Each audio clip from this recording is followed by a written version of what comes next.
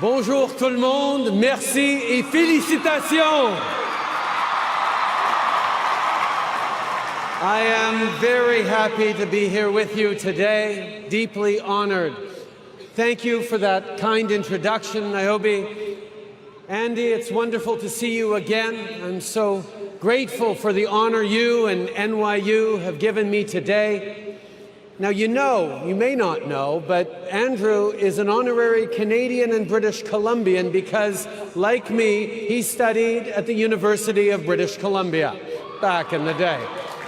It makes me proud that Canada was part of Andrew's formation, just as NYU has helped form so many amazing Canadians, including 2 members of my own staff. I'm actually told that 180 of the NYU Class of 2018 are Canadians. Hello, welcome, my friends.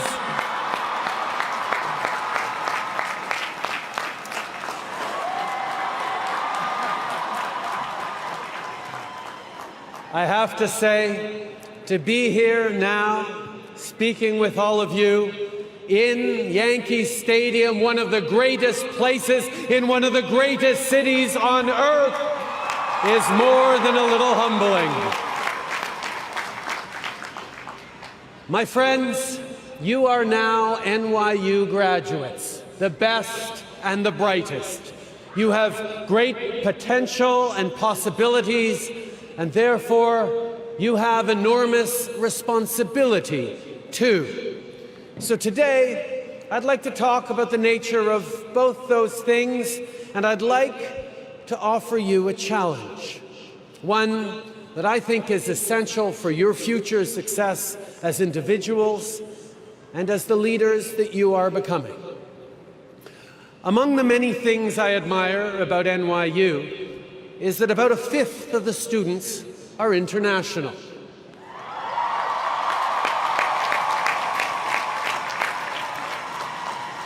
And a similar proportion are the very first in their families to go to college.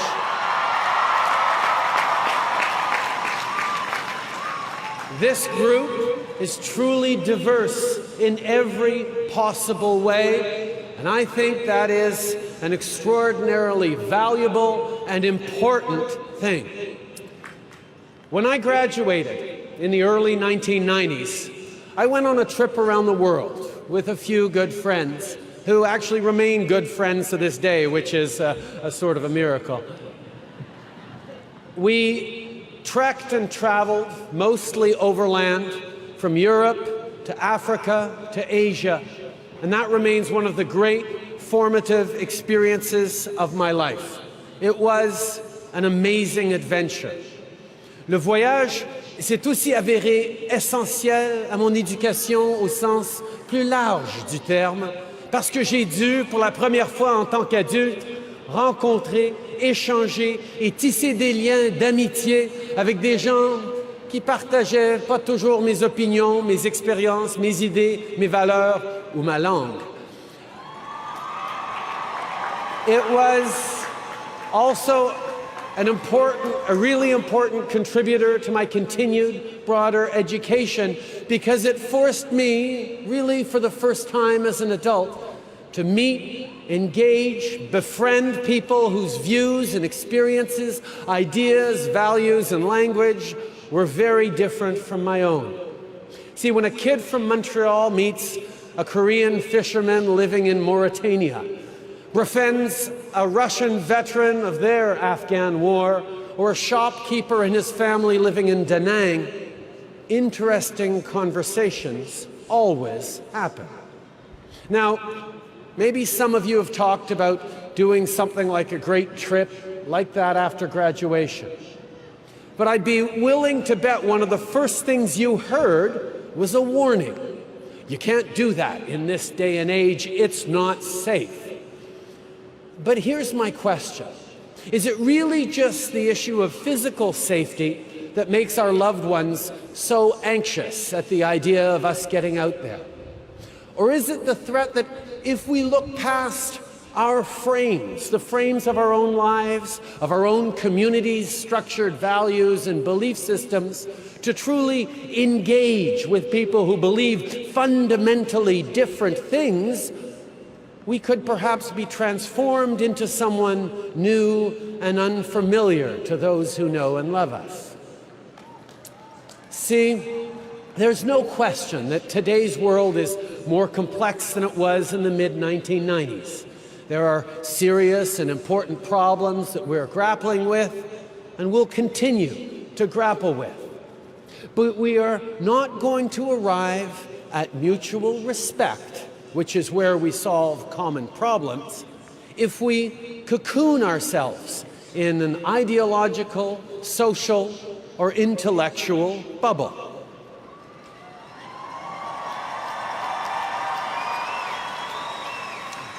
Now, we can see it all around us. There's a peculiar fascination with dystopia in our culture today. You see it everywhere on film and TV.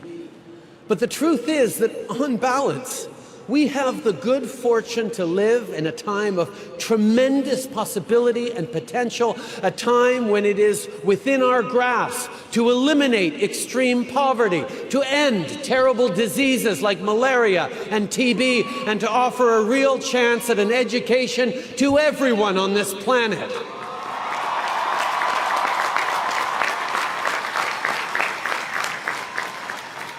But for us to move forward, to keep moving and moving forward, we have to do it together, all together.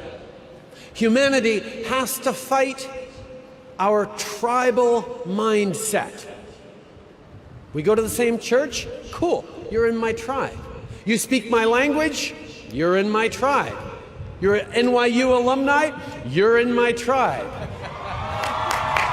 You play Pokemon Go. You're a vegetarian. You like the Yankees. You go to the gun range. You're pro-choice. Tribe, tribe, tribe. See, but of course, it's not the belonging part that is the real problem. It's the corollary. You are part of my tribe, and they are not. Whether it's race, gender, language, sexual orientation, or religious or ethnic origin, or our beliefs and values themselves, diversity doesn't have to be a weakness. It can be our greatest strength.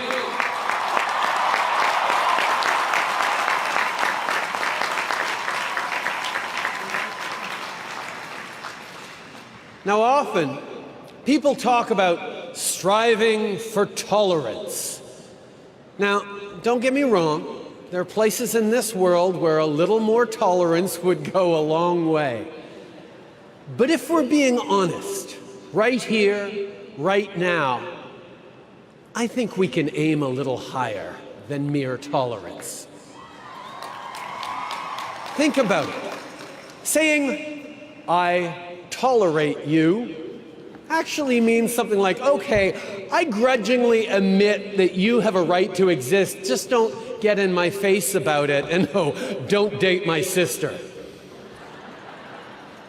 There's not a religion in the world that asks you to tolerate thy neighbor. So let's try for something a little more like acceptance, respect, friendship, and yes, even love.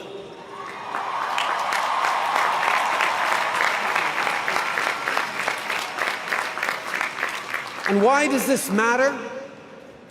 Because in our aspiration to relevance, in our love for our families, in our desire to contribute to make this world a better place, despite our differences, we are all the same. And when you meet and befriend someone from another country or another culture who speaks a different language or who worships differently, you quickly realize this. And here's my main point and the challenge I'm offering you today. Our celebration of difference needs to extend to differences of values and belief, too. Diversity includes political and cultural diversity. It includes a diversity of perspectives and approaches to solving problems. See, it's far too easy with social media shaping our interactions to engage only with people with whom we already agree, members of our tribe. Well, this world is and must be bigger than that.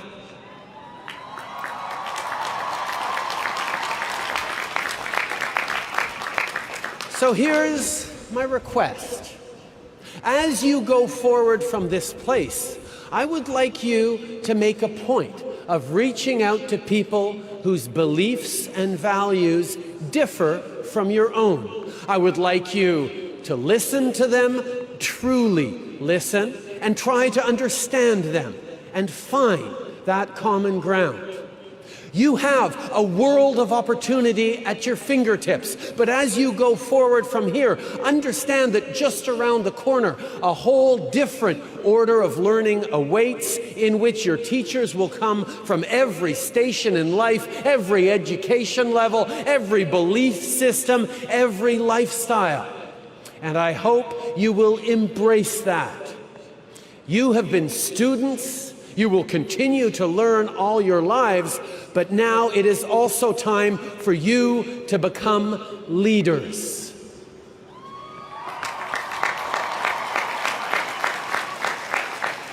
In every generation, leaders emerge because they one day awake to the realization that it's not up to someone else to fix this problem or take up that cause.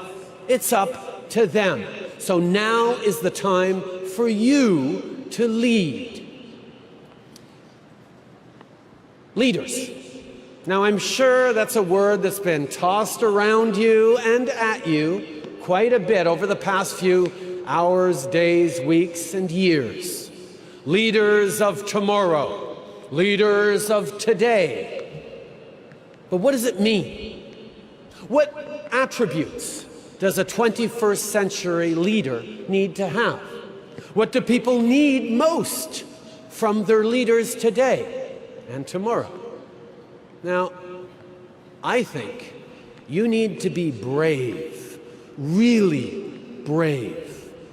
And I know when you think of courageous leaders, you think of those folks who stood implacably and fearlessly anchored in their sense of rightness, willing to pit their ideas against all comers, against the slings and arrows aimed their way.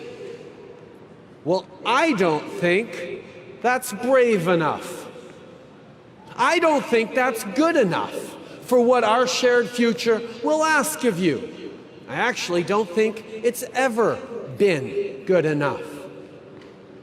See, let me tell you a bit about Wilfrid Laurier, a promising young lawyer at the end of the 19th century who would go on to become my second favorite prime minister. He was raised and educated as a proud Catholic French Canadian, an exemplary representative of one side of the two identities that had come together to found Canada just a few decades before. The two solitudes, the other half being English-speaking Protestant and fiercely loyal to the British Crown, accommodated each other, cooperated together, and generally put up with each other to build our country, but still felt all too well the divisions and fault lines that had led them through almost a millennium of tensions and wars between English and French. It was impressed upon young Wilfrid by his teachers and elders that he must stand up unflinchingly for the values and the identity of his heritage, those beliefs and approaches that were his birthright and would be his legacy.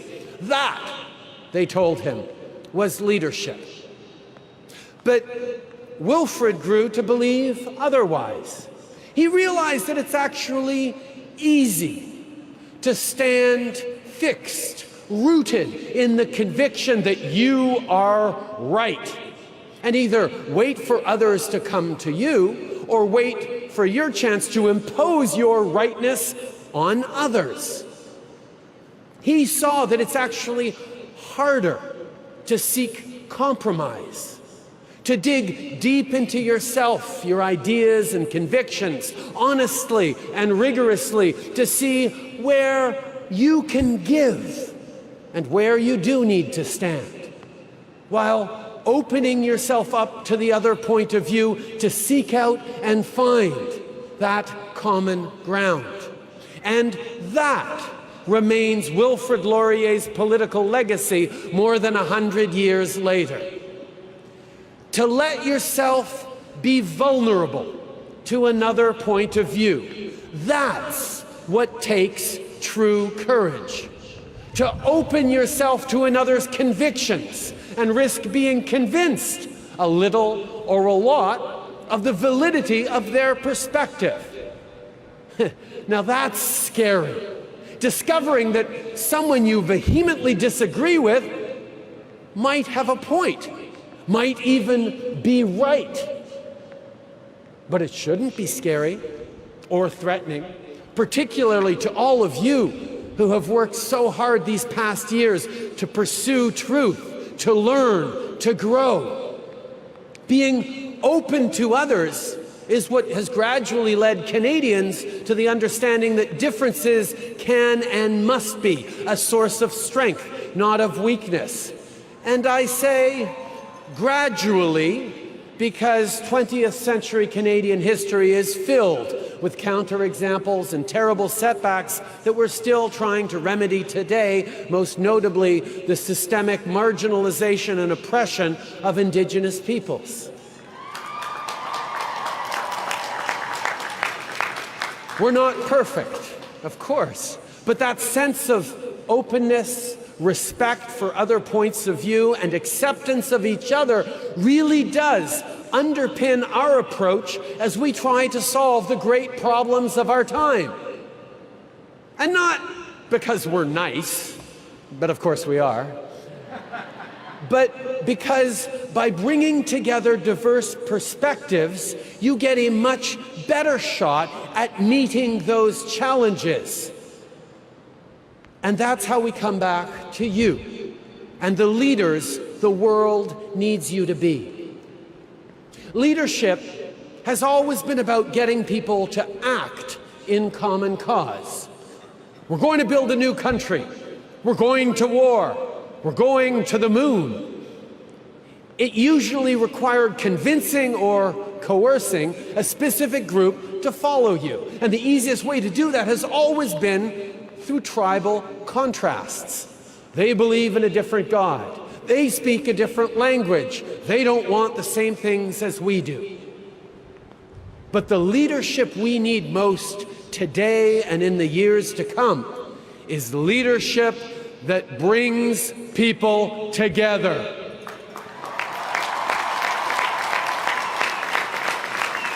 That brings diversity to a common cause. This is the antithesis of the polarization, the aggressive nationalism, the identity politics that have grown so common of late. It's harder, of course. It's always been easier to divide than unite. But mostly, it requires true courage. Because if you want to bring people around to your way of thinking, you need to first show them that you are open to theirs. That you are willing to enter into a conversation that might change your mind. Show respect for their point of view, and you have a better chance of actually having them listen to yours. And regardless of what happens, you will have had a genuine exchange that focused on understanding, not on winning a debate or scoring points. And you will both be improved for it. Now let me be very clear. This is not an endorsement of moral relativism or a declaration that all points of view are valid. Female genital mutilation is wrong, no matter how many generations have practiced it. Anthropogenic climate change is real, no matter how much some folks want to deny it. But here's the question. Do you want to win an argument and feel good about how superior you are? Or do you actually want to change behaviors and beliefs? See, it's been pointed out that one of the many differences between Abraham Lincoln and Jefferson Davis was that Davis preferred to win a debate, while Lincoln would rather win the war. And that's the question. Do you want to win an argument, or do you want to change the world?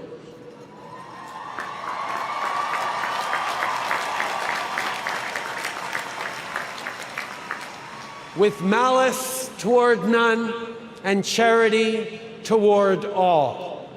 Let those words of this country's greatest president guide your ambitions, your hopes for yourselves, your families, your country, your planet. There is no shortage of cynicism and selfishness in the world.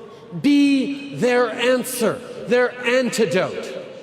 I am abundantly optimistic about the future because of you. It is yours to make and mold and shape. The world eagerly awaits, indeed requires, your ideas, your initiative, your enterprise, your energy, your passion and compassion, your idealism and your ambition. But remember that true courage is the essential ingredient in all your efforts. Congratulations, class of 2018. Now go change the world. Merci.